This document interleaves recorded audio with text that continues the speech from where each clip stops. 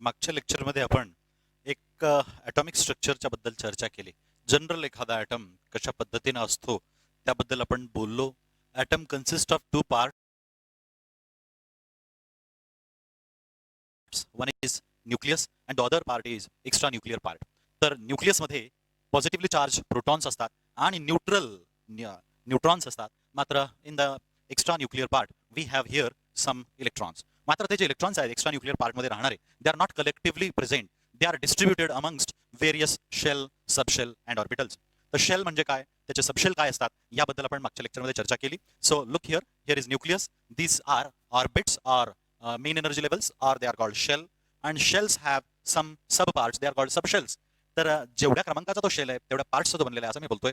तर पहिला शेल एकाच भागाचा बनलाय एस, दुसरा 2 भागांचा एस आणि पी, तिसरा 3 भागांचा एस पी डी, चौथा 4 भागांचा एस पी डी एफ.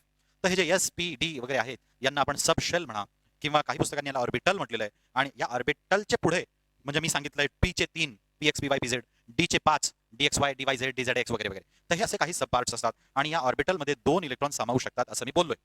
म्हणजे पहिल्या शेलमध्ये एकच यस आहे ना, म्हणून इथे इलेक्ट्रॉन किती सामावू शकतील, एकूण पूर्ण यस पहिल्या शेलमध्ये 2 इलेक्ट्रॉन सामावू शकतात. दुसऱ्या शेलमध्ये 2s मध्ये 2 इलेक्ट्रॉन बसतील आणि 2p चे 3 ऑर्बिटल आहेत, P x P Y P Z. तर प्रत्येकी 2 म्हटलं तर हे 6, म्हणजे दुसऱ्या शेलमध्ये 8 इलेक्ट्रॉन सामावू शकणार आहेत. तिसऱ्यामध्ये 3s मध्ये 2, 3p मध्ये 6 आणि 3d मध्ये 10. तर इथे 18 इलेक्ट्रॉन सामावू शकतात. तर चौथ्या शेलमध्ये s मध्ये 2, p मध्ये 6, d मध्ये 10 आणि f मध्ये 7 सब पार्ट्स आहेत बरं का. 4f मध्ये 7, तर 7 मध्ये 2 इलेक्ट्रॉन म्हणजे एकूण 14. 14 आणि 10 24, 24 आणि 6 30 आणि 2 32. तर 32 electrons will be filled into the last, म्हणजे या ॲटॉमिक स्ट्रक्चर चौथ्या शेलमध्ये 32 इलेक्ट्रॉन बसणार. तर या संदर्भामध्ये आपण बोललो. हे मी इलेक्ट्रॉन यांच्यामध्ये ठेवतोय. इलेक्ट्रॉन अरेंज, या जे अरेंजमेंट मी करतोय त्याला आपण इलेक्ट्रॉनिक कॉन्फिगरेशन असं म्हणायचं आहे. So what is electronic configuration? Electronic configuration म्हणजे the arrangement of electrons in various shell, subshell and orbitals is called electronic configuration. मग आता हायड्रोजनचा विचार जर केला, आपला पहिला ॲटम, पहिला एलिमेंट आपल्या पिरियडिक टेबल मधला, ज्याचा ॲटॉमिक नंबर 1 आहे, म्हणजे त्याच्याकडे एकच प्रोटॉन आहे न्यूक्लियसमध्ये, एक इलेक्ट्रॉन आहे आउटसाइड द न्यूक्लियस म्हणजे एक्स्ट्रा न्यूक्लियर पार्ट मध्ये, त्यातही तो वन जो शेल आहे त्याच्या यस मध्ये 1s मध्ये आहे. म्हणून हायड्रोजनचं जर का मला इलेक्ट्रॉनिक कॉन्फिगरेशन लिहायचं असेल तर मी 1s1 एवढंच लिहिणार. आणि हेलियमचं म्हटलं तर 1s2 असं मला लिहावं लागेल. लिथियमचं म्हटलं तर 1s2 2s1 अशा पद्धतीने मला ती अरेंजमेंट करावी लागते. तर याला मी इलेक्ट्रॉनिक कॉन्फिगरेशन म्हणतो आहे. तर this electronic configuration we want to study a little bit. याच्यामध्ये आपण खूप डिटेलमध्ये जाणार नाही आहोत. खरं तर हा सगळा भाग इनऑर्गॅनिक केमिस्ट्रीचा आहे. मात्र आपण कार्बन आणि कार्बनच्या बॉन्ड्सकडे येणार आहोत आणि त्यासाठी मला हे सगळं बेसिक नॉलेज लागणार आहे आणि म्हणून मी ते तुम्हाला सांगणार आहे. तर अशा पद्धतीने ॲटमचं स्ट्रक्चर मी सांगितलंय, ऑर्बिट्सचे सब ऑर्बिट्स मी सांगितले, ऑर्बिटल्स मी सांगितले, त्यात इलेक्ट्रॉन जे आपण भरत असतो त्यांना इलेक्ट्रॉनिक कॉन्फिगरेशन म्हणायचं. आणि हे इलेक्ट्रॉनिक कॉन्फिगरेशन एखाद्या एलिमेंटचं लिहिण्याकरिता काही रूल्स आहेत त्यांचा वापर करावा लागतो. ते रूल्स आपण फॉलो करूनच इलेक्ट्रॉनिक कॉन्फिगरेशन आपल्याला लिहावे लागतात. तर ते रूल्स देखील आपण थोड्या प्रमाणामध्ये थोड्या क्विकली आपण बघणार आहोत. तर ते रूल्स आपण इथे असं बघूया. तर पहिला रूल आहे अफबाऊ प्रिन्सिपल. याला नुसतं बाऊ प्रिन्सिपल असं म्हटलं जातं. अफबाऊ प्रिन्सिपल असं मी म्हणतोय, अफबाऊ प्रिन्सिपल. तर या शास्त्रज्ञांनी पहिला रूल सांगितला इलेक्ट्रॉनिक कॉन्फिगरेशनचा, आणि तो काय सांगतोय की जेव्हा तुम्ही इलेक्ट्रॉन्स फिलअप करत राहता तेव्हा आधी असा ऑर्बिटल फिल करायचा ज्याची एनर्जी कमी आहे. कमी एनर्जीच्या ऑर्बिटलमध्ये इलेक्ट्रॉन फिल करून मग तुम्ही जास्त एनर्जीच्या ऑर्बिटलमध्ये इलेक्ट्रॉन फिल करायला पाहिजेत. That was the statement given by Aufbau, आणि त्यालाच आपण मग अफबाऊ प्रिन्सिपल असं म्हणतो. So electrons must be first filled in orbital with low energy, this is the statement. आणि मग या पद्धतीने जर का आपण पाहिलं तर आपल्याला असं वाटेल 1s मध्ये आपण इलेक्ट्रॉन आधी भरून घेऊया.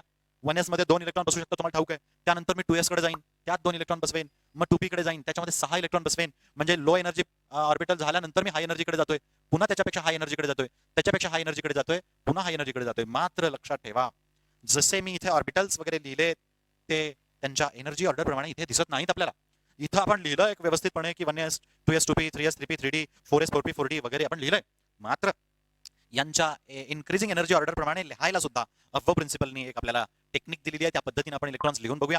आणि मग आपण इलेक्ट्रॉनिक कॉन्फिगरेशन आपल्या आपण कार्बनशी रिलेटेड कार्बनचं इलेक्ट्रॉनिक कॉन्फिगरेशन आपल्याला लिहायचं आहे. तर आपण त्या भागाकडे जातोय. तर इलेक्ट्रॉनिक कॉन्फिगरेशन लिहिताना अफबाऊ प्रिन्सिपल काय सांगतो, तर इलेक्ट्रॉन्स हे लो एनर्जी वाले जे ऑर्बिटल आहे त्यांच्यामध्ये आधी भरले पाहिजेत, नंतर तुम्ही हाय एनर्जी ऑर्बिटल्स मध्ये इलेक्ट्रॉन्स भरायला पाहिजे. तर अफबाऊ प्रिन्सिपल आहे. आणि मग हे जे वेगवेगळे ऑर्बिटल्स आहेत त्यांच्या एनर्जी ऑर्डर्स प्रमाणे त्यांना कसं लिहिलं जाऊ शकतं ते आपण बघा. एक डायग्रामॅटिक रिप्रेझेंटेशन आहे. 1s 2s 3s 4s 5s 6s 7s. तर मी 1s 2s 3s 4s 5s 6s 7s असं लिहिलं. पहिला शेलचा फक्त एकच ऑर्बिटल आहे s, त्याच्यामध्ये पी वगैरे नसतं. मात्र पी हा जो सेकंड पार्ट आहे म्हणजे सेकंड सब पार्ट आहे तो सेकंड शेलमध्ये असतो. 2p 3p 4p 5p 6p 7p आपण लिहून टाकूया. म्हणजे पहिल्या शेलमध्ये एकच भाग आला, दुसऱ्या शेलमध्ये दोन भाग आले, तिसऱ्या शेलमध्ये 3s 3p 3d आला पाहिजे आता. So will write 3d 4d 5d 6d 7d हे आपण लिहिले. चौथ्या ऑर्बिटमध्ये मात्र एस पी डी आणि एफ इथून सुरुवात होते. 4f 5f 6f 7f. So I have written these are various orbitals in a specific manner. आणि आता आपण जेव्हा 1s मग 2s मग 2p 3s 3p 4s 3d 4p 5s 4d 5p 6s 4f 5d 6p 7s अशा पद्धतीने मी आता इथे ॲरोज लिहिलेले आहेत. आता ह्या ॲरोजमध्ये आपल्याला एक गोष्ट लक्षात येणार आहे ती म्हणजे आता 1s पेक्षा 2s ची एनर्जी जास्त आहे, 2s पेक्षा 2p ची जास्त आहे. बघा इकडून आपण जातोय ना, असं जाऊन पुन्हा वापस यायचंय, असं जायचं पुन्हा वापस यायचंय. सो 1s मग 2s मग 2p 3s मग 3p 4s मग 3d लाईक दॅट. सो मी जर का 1s 2s 2p 3s 3p 4s 3d 4p 5s असं जर का मी ऑर्बिटल्स लिहिले, they will be in order of their increasing energy. Increasing एनर्जीच्या ऑर्बिटल्स मी ऑर्डर अशी मिळवू शकतो. म्हणजेच अफबाऊने आपल्याला सांगितलंय आधी इलेक्ट्रॉन तुम्हाला समावायचे असतील 1s मध्ये आपण इलेक्ट्रॉन फील करा, मग 2s कडे जा, मग 2p कडे जा, मग 2p च्या नंतर 3s कडे, 3s नंतर 3p याच्यामध्ये आपण इलेक्ट्रॉन भरले पाहिजेत. मग आपल्याला असं वाटू शकतं की 3p नंतर 3d का नाही, कारण 3p च्या नंतर एनर्जी जास्त आहे 4s ची, 4s च्या नंतर एनर्जी आहे 3d ची. म्हणजे जसं आपण पुढे चाललोय एनर्जी वाढत आहे. So Aufbau principle guides us how to fill electrons in various orbitals and these electrons are filled in the orbital of low energy first, then you have to add into the next energy level म्हणजे next orbital. तर हे Aufbau principal आपल्याला electronic configuration लिहिण्याकरिता अतिशय महत्त्वाचं आहे. नंतर दुसरं आपण एक बघूया ते म्हणजे hunts rule of maximum multiplicity. Hunts rule, काही जण हंट्स म्हणतील, काही जण हुंट्स म्हणतील, what ever you call. Hunts rule of maximum multiplicity याबद्दल आपण आता जाणून घेऊया. तुम्हाला ठाऊक आहे 1s ऑर्बिटल हा एकाच पार्टचा आहे, मात्र 2s जो आहे 2s पण एकाच पार्टचा आहे. 2p जे आहे ते मात्र 2px 2py आणि 2pz असे मी 3 भागांचा तो 2p डिवाइड केला होता, तुम्हाला ठाऊक आहे. तर यांच्या रिप्रेझेंटेशन मध्ये म्हणजे आता जे काही ऑर्बिटल आपण घेतले ना ते असे होते 1s 2s 2px 2py 2pz मग 3s 3p असं होणार आहे ते. तर एक इलेक्ट्रॉनिक कॉन्फिगरेशन लिहिण्यासाठी आपल्याला असं बॉक्स डायग्रामचा आपण वापर करतो आपण. सो 1s 2s 2p चे हे 3 और सब ऑर्बिटल्स म्हणा किंवा ऑर्बिटल्स म्हणा मी असं लिहिलंय. So it is 1s it is 2s this is 2px 2py 2pz. तर आता हंट्स रूल काय सांगतो त्याकडे आपण बघूया. तुम्ही इलेक्ट्रॉन्स फील करत जाणार लोअर एनर्जी असणाऱ्या ऑर्बिटल कडून हायर एनर्जी ऑर्बिटल कडे. इथं एक गोष्ट लक्षात ठेवायची, 1s पेक्षा 2s ची एनर्जी जास्त आहे निश्चितच, पण 2s पेक्षा जास्त एनर्जी 2px ची आहे, 2py आणि 2pz या तीनही ऑर्बिटलच्या एनर्जी सेम असतात. तर 2p चे जे 3 सब पार्ट्स आहेत देअर एनर्जीज आर सिमिलर. म्हणजे 2px 2py 2pz या तीनही सब ऑर्बिटल्स म्हणा किंवा ऑर्बिटल्स यांची एनर्जी लेवल सेम आहे. मग असे ऑर्बिटल्स ज्यांच्या एनर्जी लेवल सेम आहेत they are called degenerate orbitals. What these are called?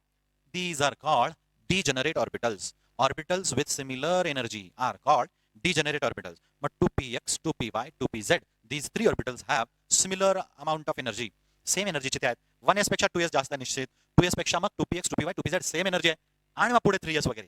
तर मी सांगू लागलोय 1s पेक्षा 2s ची एनर्जी जास्त आहे, 2s पेक्षा 2p ची एनर्जी जास्त आहे, मात्र 2p मधले 2px 2py 2pz हे जे ऑर्बिटल्स आहेत त्यांच्या एनर्जी सेम आहेत आणि आपण यांना डिजनरेट ऑर्बिटल्स असं म्हणतो. So these are degenerate orbitals. Okay, आता आपला जो Hund's rule of maximum multiplicity आहे त्याबद्दल आपण जाणून घेऊया. तर Hund's rule of maximum multiplicity मध्ये समजा तुमच्याकडे एक 7-8 इलेक्ट्रॉन्स आहेत आणि आपल्याला आता इलेक्ट्रॉनिक कॉन्फिगरेशन लिहायचं आहे, तर आपण अबव प्रिन्सिपल आणि नंतर हंट्स रूल आपण फॉलो केला पाहिजे. तर पहिला रूल काय आहे आपला अबव प्रिन्सिपल, त्यानुसार आपल्याला काय करावं लागणार आहे, we want to fill the electrons in this orbital of low energy. मग 1s मध्ये मी 2 इलेक्ट्रॉन फील करणार आहे, मग 2s मध्ये मला 2 इलेक्ट्रॉन फील करावे लागतील. आणि आता समजा माझ्याकडे 4 इलेक्ट्रॉन आहेत समजा, म्हणजे 4 हे आणि पुढचे 4 म्हणजे एकूण आपल्याकडे 8 इलेक्ट्रॉनच्या एलिमेंटचं आपण ॲटॉमिक म्हणजे इलेक्ट्रॉनिक कॉन्फिगरेशन समजा आपल्याला लिहायचं आहे. तर इथं दोन इलेक्ट्रॉन मी ठेवणार, ते लोअर एनर्जीच्या नंतर मी हायर एनर्जीचा भरला. आता मात्र मला उरलेले जे 4 इलेक्ट्रॉन्स आहेत ते 4 इलेक्ट्रॉन्स मी फील करणार आहे 3 डिजनरेट ऑर्बिटल्स मध्ये. तर इथं एक रूल आहे जो हंट्स रूल म्हणून आपण ओळखतो, तो म्हणजे while filling electrons in degenerate orbitals, while filling electrons in degenerate orbitals you should start filling single electrons in each degenerate orbitals once all degenerate orbitals are filled, you then start coupling किंवा you then start adding one more electrons into these orbitals. तर अशा पद्धतीने म्हणजे चला आपल्याकडे 4 electron आपण गृहीत धरले होते नाही का, तर आपण 1 2 3 आधी एक एक इलेक्ट्रॉन भरले, मग उरला एक, तो मग मी पेअर केला. सो पेअरिंग आपल्याला कधी करायची आहे, एकदा का सगळे डिजनरेट ऑर्बिटल सिंगल सिंगल इलेक्ट्रॉननी आपण ऑक्युपाय केले, त्यानंतर राहिलेले इलेक्ट्रॉन्स मग पेअरिंग मध्ये जातील, तोपर्यंत तुम्हाला पेअरिंग करायची नाही. So hunts rule tells you that first you feel electrons singly into the degenerate orbitals. Once all degenerate orbitals are filled with single electrons, then you allow pairing of electron. असं तो maximum म्हणजे hunts rule सांगतो. Hunts rule आपल्याला कळला. म्हणजे hunts rule कधी उपयोगी पडतो, तो उपयोगी पडतो फक्त डिजनरेट ऑर्बिटल मध्ये इलेक्ट्रॉन कसे भरायचे त्याच्यावर. तर इथे इलेक्ट्रॉन कसे भरायचे, तर पहिल्यांदा डिजनरेट ऑर्बिटल मध्ये सिंगल सिंगल इलेक्ट्रॉन्स आपण भरणार आहोत, आणि सिंगल सिंगल इलेक्ट्रॉन्स आपण भरल्यानंतर मग आपण इलेक्ट्रॉनची पेअरिंग अलाउ करायची आहे. We should allow electrons to pair once all degenerate orbitals are filled with single electron. हा आपला रूल नंबर 2 आहे इलेक्ट्रॉनिक कॉन्फिगरेशन लिहिण्याकरिता. So our rule number 2 is Hund's rule which tells us about filling electrons into degenerate orbital. आणि एक तिसरा rule आहे जो खरं तर इलेक्ट्रॉनिक कॉन्फिगरेशन लिहिण्यासाठी तो उपयोगी पडत नाही, फक्त आपण तो जाणून घेऊया किंवा त्याची स्टेटमेंट फक्त सांगूया. तो म्हणजे Pauli's exclusion principle. Pauli's exclusion principle म्हणून एक तो रूल आहे. तर त्या रूलमध्ये त्यांनी असं सांगितलंय की no two electrons in an atom, no two electrons in an atom can have all four quantum numbers same. Quantum number वगैरे तुम्ही तिकडे फिजिकल केमिस्ट्री इनऑर्गॅनिक केमिस्ट्रीमध्ये शिकाल, मी इथं ते काही पार्ट सांगणार नाही. फक्त आपल्याला 3 रूल आहेत एवढं लक्षात ठेवा. त्यापैकी 2 रूल मी समजावले. ऑर्गॅनिक केमिस्ट्रीसाठी या 2 रूल पुरेसे आहेत. तिसरा जो मी सांगितलं तो तुम्ही इनऑर्गॅनिक केमिस्ट्रीमध्ये शिकू शकाल. तर मी आता सांगतोय इलेक्ट्रॉन कॉन्फिगरेशन लिहिण्याकरिताचे 2 रूल. ते म्हणजे पहिला आपण अबव प्रिन्सिपल प्रमाणे इलेक्ट्रॉन्स भरले पाहिजेत. दुसरा, आपण जेव्हा डिजनरेट ऑर्बिटल्स मध्ये इलेक्ट्रॉन भरतो तेव्हा मात्र आपल्याला आधी सगळे डिजनरेट ऑर्बिटल सिंगल इलेक्ट्रॉन्सने फिल केले पाहिजेत आणि नंतर आपण इलेक्ट्रॉन्सची पेअरिंग केली पाहिजे. तर अशा पद्धतीने मी तुम्हाला इलेक्ट्रॉनिक कॉन्फिगरेशन लिहिण्याचे काही रूल्स सांगितले. आता आपण कार्बनचं इलेक्ट्रॉनिक कॉन्फिगरेशन लिहून बघूया. आपल्या ऑर्गॅनिक केमिस्ट्रीचा महत्त्वाचा एलिमेंट आपण सांगतोय कार्बन. तर कार्बनचा ॲटॉमिक नंबर आहे 6. कार्बनचा ॲटॉमिक नंबर 6 म्हणजे त्याच्यामध्ये प्रोटॉनची संख्या किंवा त्यात असणाऱ्या इलेक्ट्रॉनची संख्या ही 6 आहे. म्हणजे carbon has 6 protons inside the nucleus and it has 6 electrons outside the nucleus into various orbits, suborbits or subshells. त्याला आपण इलेक्ट्रॉनिक कॉन्फिगरेशन जे म्हणतो.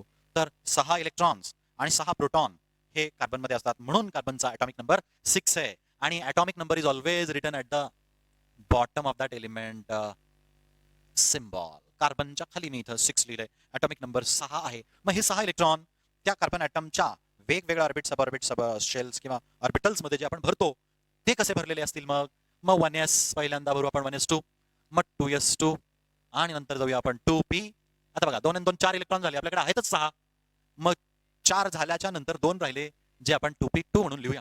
So this is the electronic configuration of carbon. So carbon has electronic configuration like 1s2, 2s2, 2p2. आणि याला box diagram मध्ये कसं काढतात मी सांगितलं.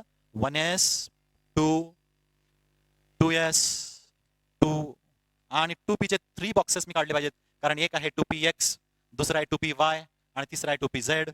इथे आपल्याला hunts rule of maximum multiplicity याचा उपयोग करून इलेक्ट्रॉन भरावे लागतील.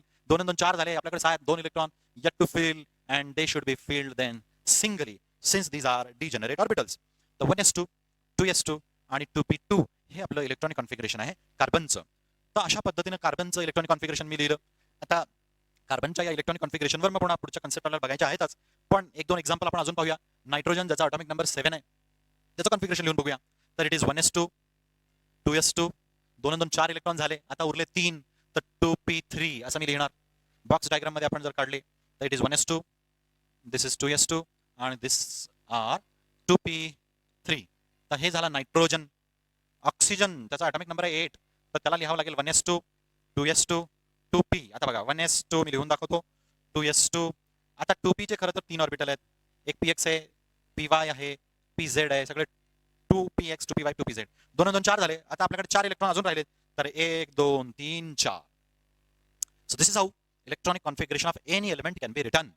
आता थोडी माहिती आपण ऑर्बिटल्सच्या म्हणजे एस पी वगैरे ऑर्बिटल जे आपण मागे सांगितले तर त्यांच्या ऑर्बिटलच्या शेप विषयी थोडी चर्चा करूया, कारण पुढच्या कन्सेप्टमध्ये आपल्याला त्या शेपची गरज लागणार आहे. तर शेप्स ऑफ द ऑर्बिटल. तर हा जो एस ऑर्बिटल आहे कुठलाही असो, मग तो 1s असो, 2s असो, 3s असो, कोणताही एस ऑर्बिटल हा स्फेरिकल असतो. Any S orbital is spherical in shape. तर त्या संदर्भामध्ये आता आपण बोलूया. So you see the shapes of the orbitals याविषयी आपण थोडक्यात माहिती घेऊया. तर न्यूक्लियस आहे आपण समजू इथं. तर न्यूक्लियसच्या बाजूला जो यस शेल सबशेल आहे पहिला, तर तो यस जो सबशेल आहे, तर यस जो सबशेल आहे तर तो स्फेरिकल आहे. म्हणजे न्यूक्लियसच्या तिन्ही बाजूनं सगळ्या बाजूनी यस ऑर्बिटल हा स्फेरिकल आहे. So yes is having spherical shape. आणि म्हणून या यस मधले जे इलेक्ट्रॉन्स आहेत ते आपण असे न्यूक्लियसच्या भोवती फिरतात असं सांगू शकतो, ते असे फिरू शकतात आपण असं सांगू शकतो, ते असं फिरू शकतील आपण असं सांगू शकतो. So yes orbital being spherical, it lies the nucleus lies in the center and s orbital is covering all that nucleus by all sides. तर हा आहे 1s. पहिल्या शेलचा यस मी लिहिला. त्याच्यानंतर इथे फर्स्ट शेल मध्ये पी ऑर्बिटल नसतात.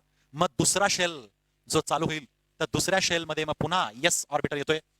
तर हा जो दुसरा शेल आहे त्याचा यस तो देखील स्फेरिकल असणार आहे. मात्र ह्या दुसऱ्या म्हणजे दिस इज 2s बरं का, आणि हे आपण लिहिलं 1s. तर 2s मध्ये इलेक्ट्रॉन जर फिरणारे आपल्याला दाखवायचे असतील तर आपण ते असं दाखवू शकता, ते असं फिरू शकतील, or they can revolve around nucleus this way. तर 1s च्या नंतर मोठा साईजने मोठा 2s त्या न्यूक्लियसच्या बाहेर आहे.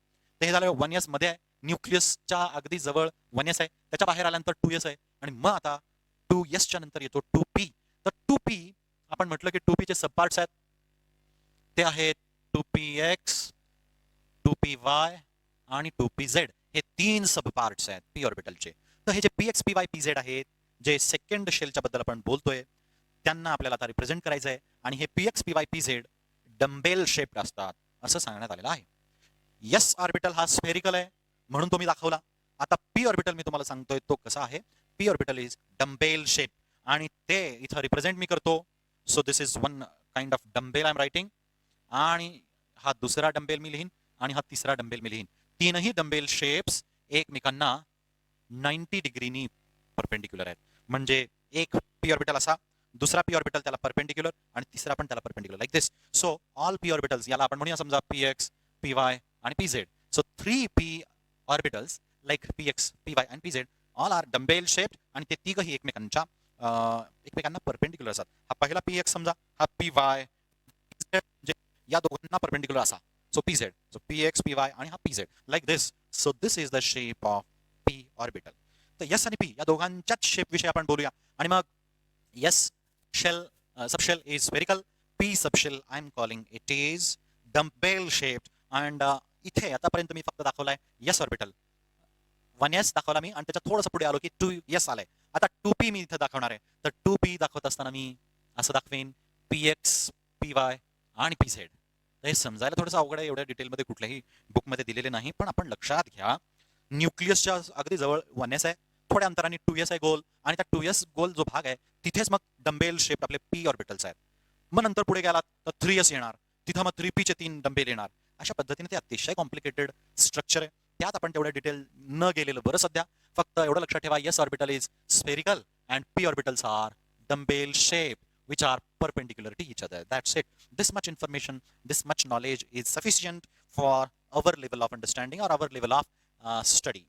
सिलेबस मध्ये एवढंच तुम्ही जरी घेत तरी ते पुरेसं आहे असं मी तुम्हाला सांगतोय. सो आपला कार्बन ज्याचा ॲटॉमिक नंबर 6 आहे, म्हणजेच प्रोटॉन 6 आहेत न्यूक्लियसमध्ये आणि there are 6 electrons outside the nucleus म्हणजेच इन एक्स्ट्रा न्यूक्लियर पार्ट, आणि ते अरेंज केलेले आहेत वेगवेगळ्या शेल सबशेल म्हणजे इलेक्ट्रॉनिक कॉन्फिगरेशन आपण आताच पाहिलंय. तर अशा पद्धतीने आपण एक जनरल इंट्रोडक्टरी पार्ट घेतला की व्हॉट आर एलिमेंट्स आणि what are atoms and what atom consist of, what is atomic number, what are protons, where they are present, what is extra nuclear part, what is present in it, what is shell, subshell, orbital, त्या संदर्भामध्ये आपण बोललो. आणि electronic configuration लिहिण्यासाठी 1-2 rules मी तुम्हाला सांगितले. Above principal सांगितला, hunts rule of maximum multiplicity सांगितला, पॉलिज एक्सक्लुजन प्रिन्सिपल ही मी तुम्हाला बोललोय, पण त्याबद्दल आपण जास्त बोललेलं नाही. पॉलिज एक्सक्लुजन प्रिन्सिपल फक्त लक्षात ठेवा की no 2 electrons in an atom can have 4 similar values of quantum number. That's it. एवढंच मी तुम्हाला त्याच्याबद्दल सांगणार आहे, कारण त्याच्या डिटेल्समध्ये मी जाणार नाही. तर एवढ्या डिटेल म्हणजे एवढ्या इन्फॉर्मेशनवर आपण आता पुढे जाणार आहोत. आपण कार्बनचा अभ्यास करणार आहोत, कारण कार्बन हा ऑर्गॅनिक केमिस्ट्रीतला अत्यंत महत्त्वाचा एलिमेंट आहे. कुठलाही जगातला असा ऑर्गॅनिक कंपाऊंड नाही की ज्यामध्ये कार्बन नाही. All organic compounds necessarily content carbon. Along with carbon there are hydrogens, आणि कार्बन हायड्रोजनच्या मोनोपॉलीच्या नंतर कार्बन तर राहणारच, हायड्रोजन ही असेल, आणि त्याच्यानंतर आपल्याला काही हेटेरो ॲटम्स तिथे दिसू शकतात. ऑक्सिजन आहे, नायट्रोजन आहे, सल्फर आहे, किंवा हॅलोजन्स आहेत, फ्लोरीन, क्लोरीन, ब्रोमीन, आयोडीन, किंवा इतर काही मेटल्स असू शकतात, सोडियम किंवा मॅग्नेशियम, पोटॅशियम ते पण असू शकतात. तर ही एवढी इन्फॉर्मेशन आपण घेतली. आपण हेही सांगितलं की ऑर्गॅनिक कंपाऊंड का म्हटलं गेलं, because those were obtained from organisms, therefore they were called organic compounds. We talked about vital force theory. It was thought that time ki plant and animals have some mysterious power due to which they could synthesize some substances. That power was called vital force theory. And it was also thought at that time that organic compounds could never be synthesized into the chemical laboratories. But these misconceptions were then discarded by one discovery by Frederick Wöhler. He formed first organic compound into the laboratory, that is urea, NH2CONH2. लक्षात घ्या, युरियाचं structure मी तेव्हा सांगितलं नाही. Urea आहे NH2CONH2. So this urea he prepared urea from ammonium cyanate, NH4CNO. He was heating that ammonium cyanate and he accidentally found urea produced. तर urea पहिला organic compound आहे जो लॅबोरेटरीमध्ये तयार झाला आणि तो तयार केला फ्रेडरिक वोलर या शास्त्रज्ञाने. आणि त्यांनी एकदा का हा कंपाऊंड तयार केला की नंतर व्हायटल फोर्स थेअरी ला खूप मोठा आघात झाला, कारण त्यानंतर ती थेअरी महत्वाची राहिली नाही. मग प्रत्येक शास्त्रज्ञ आपापल्या परीनं कसोशीनं प्रयत्न करू लागला की नवीन ऑर्गॅनिक सबस्टन्सेस लॅबोरेटरीमध्ये तयार करता येतील का. आणि मग हा अभ्यास पुढे गेला आणि बरेचसे ऑर्गॅनिक कंपाऊंड प्रयोगशाळेमध्ये तयार होऊ लागले. आणि आज तर परिस्थिती अशी आहे की millions of organic compounds are being synthesize nowadays. तर या ऑर्गॅनिक कंपाऊंड्समध्ये आणि प्लांट अॅनिमल पासून मिळवणाऱ्या ऑर्गॅनिक कंपाऊंड्समध्ये one element was common and that is carbon. आणि कार्बन खालोखाल हायड्रोजन आणि काही हेट्रो ॲटम्स ऑर्गॅनिक कंपाऊंडमध्ये असू शकतात. आणि मग एखाद्या कार्बनचं ॲटम, त्याचं स्ट्रक्चर, त्याचे कॉम्पोनंट्स, मग ॲटॉमिक नंबर काय, शेल काय, सबशेल काय, इलेक्ट्रॉनिक कॉन्फिगरेशन काय, या संदर्भामध्ये आपण चर्चा केली. आणि नंतर आता आपण एखाद्या ॲटमचा जे काही बॉन्ड फॉर्मेशनची कॅपॅसिटी असते, म्हणजे तुम्हाला ठाऊक आहे हायड्रोजन 1 बॉन्ड तयार करतो, ऑक्सिजन 2, नायट्रोजन 3 बॉन्ड तयार करतो, तर कार्बन 4. म्हणजे प्रत्येक वेगवेगळा एलिमेंट वेगवेगळ्या प्रकारचे किंवा वेगवेगळे बॉन्ड्स तयार करतात. हायड्रोजन एकच बॉन्ड तयार करतो, हॅलोजन सुद्धा एकच बॉन्ड तयार करतो. आणि मग ऑक्सिजन जर पाहिलं तुम्ही किंवा सल्फर जर पाहिलं तर ते 2 बॉन्ड तयार करतात. नायट्रोजनकडे गेलात तर तो 3 बॉन्ड तयार करतो आणि कार्बनकडे गेलात तर तो 4 बॉन्ड तयार करतो. तर प्रत्येक एलिमेंटची स्वतःची बॉन्ड फॉर्मेशन कॅपॅसिटी आहे. This bond formation capacity is called valency. So what is valency? Valency is bond forming capacity. तर एखादा एलिमेंट जर का एकच बॉन्ड तयार करत असेल तर त्याची व्हॅलेन्सी 1 आहे, आपण असं म्हणतो.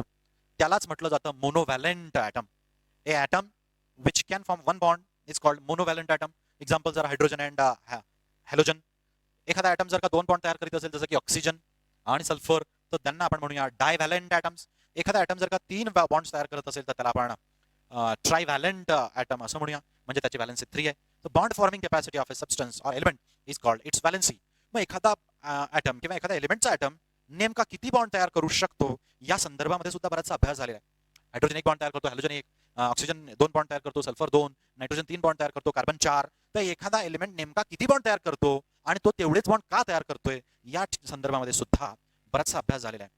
आणि या गोष्टी समजावून सांगण्याकरिता बऱ्याचशा थिअरीज आपल्या पुढे आलेल्या आहेत. त्यापैकी एक थिअरी आहे व्हॅलेन्स बॉन्ड थिअरी. म्हणजे एलिमेंट किती बॉन्ड तयार करू शकतो यावर काम केलेली एक थिअरी आपल्याला ठाऊक असावी, ती म्हणजे valence bond theory.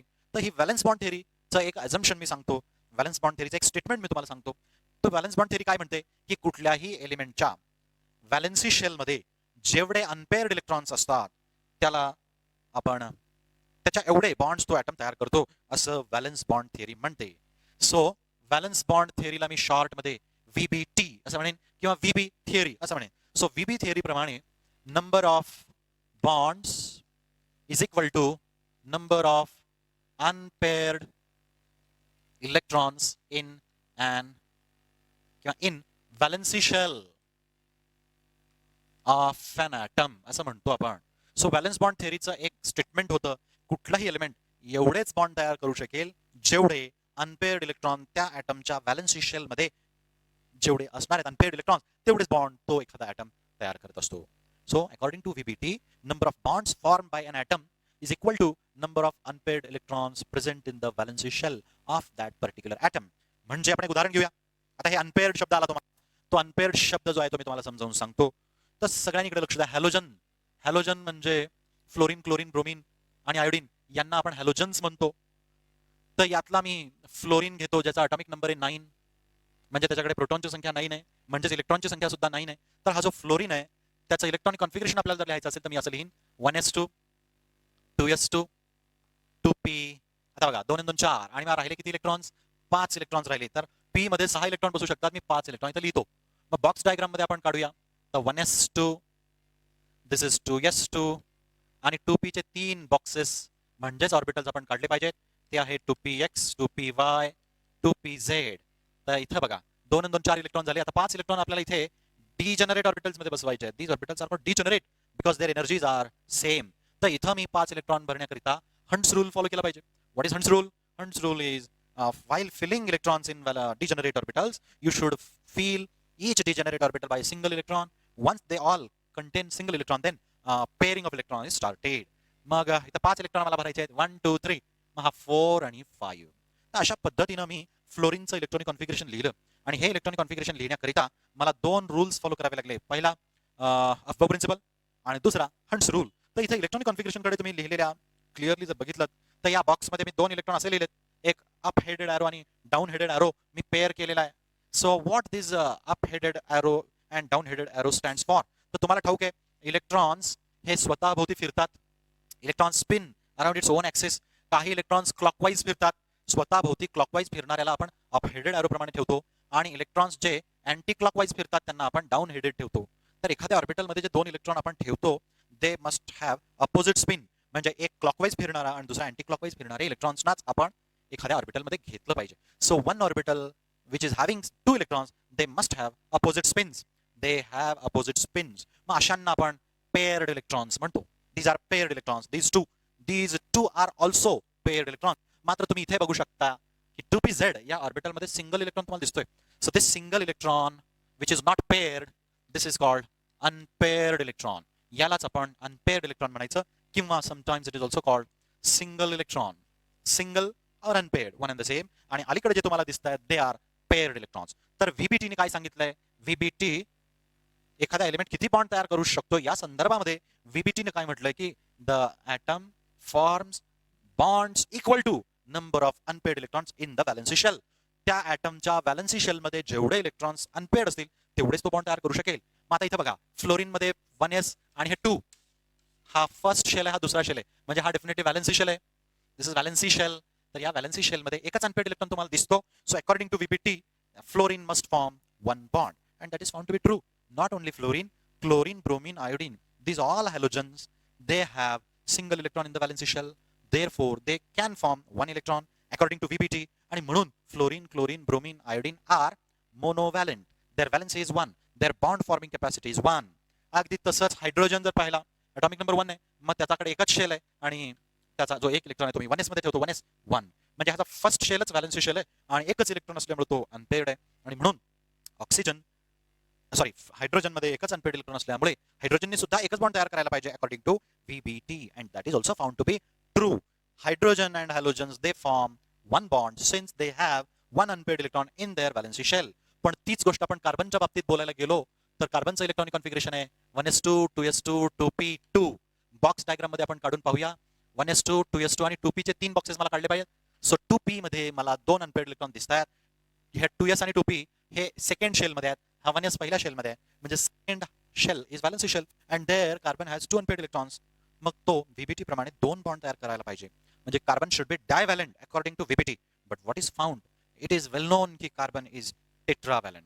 Carbon forms 4 bond not 2. म्हणून इथे व्हीबीटीची जी थिअरी आहे तिला इथं एक ड्रॉबॅक किंवा व्हीबीटी कॅनॉट एक्सप्लेन टेट्राव्हॅलेन्सी ऑफ कार्बन असं आपण म्हणूया. व्हीबीटी कार्बनच्या टेट्राव्हॅलेन्सीला एक्सप्लेन करू शकत नाही. Fluorine, chlorine, bromine, iodine, hydrogen यांच्या व्हॅलेन्सी व्हीबीटी एक्सप्लेन करू शकते. मात्र कार्बनची 4 बॉन्ड तयार करण्याची टेंडन्सी म्हणजेच टेट्राव्हॅलेन्सी इज नॉट एक्सप्लेन्ड बाय व्हीबीटी. आणि मग कार्बनकडे व्हॅलेन्सी शेलमध्ये 2च अनपेड इलेक्ट्रॉन असून सुद्धा तो टेट्राव्हॅलेंट का आहे, 4 बॉन्ड का तयार करतो, या संदर्भामध्ये पुन्हा बऱ्याच लोकांनी अभ्यास केला. आणि मग त्यामध्ये पॉलिंग या शास्त्रज्ञांनी लिनस पॉलिंग या शास्त्रज्ञाने एक कन्सेप्ट दिली, जी कन्सेप्ट आपण हायब्रिडायझेशन म्हणून समजतो. तर ती जी कन्सेप्ट आहे hybridization, we will see everything about hybridization of carbon. आपण कार्बनशी लिमिटेड राहणार आहोत. तर कार्बनच्या हायब्रिडायझेशन विषयी आपण नेक्स्ट लेक्चरमध्ये चर्चा करणार आहोत. तर आत्ताच्या लेक्चरमध्ये ज्या काही गोष्टी मी तुम्हाला सांगितल्यात तुम्ही प्रयत्न करा त्या गोष्टी समजून घेण्याचा. हा इंट्रोडक्टरी पार्ट आहे. पुढचा भाग आपल्याला सोपा जावा म्हणून मी हे सांगतोय. तर नेक्स्ट लेक्चरमध्ये आपण कार्बनच्या हायब्रिडायझेशन विषयी बोलणार आहोत आणि तो महत्त्वाचा पार्ट असणार आहे. So let us meet with that new concept of hybridization tomorrow or next lecture.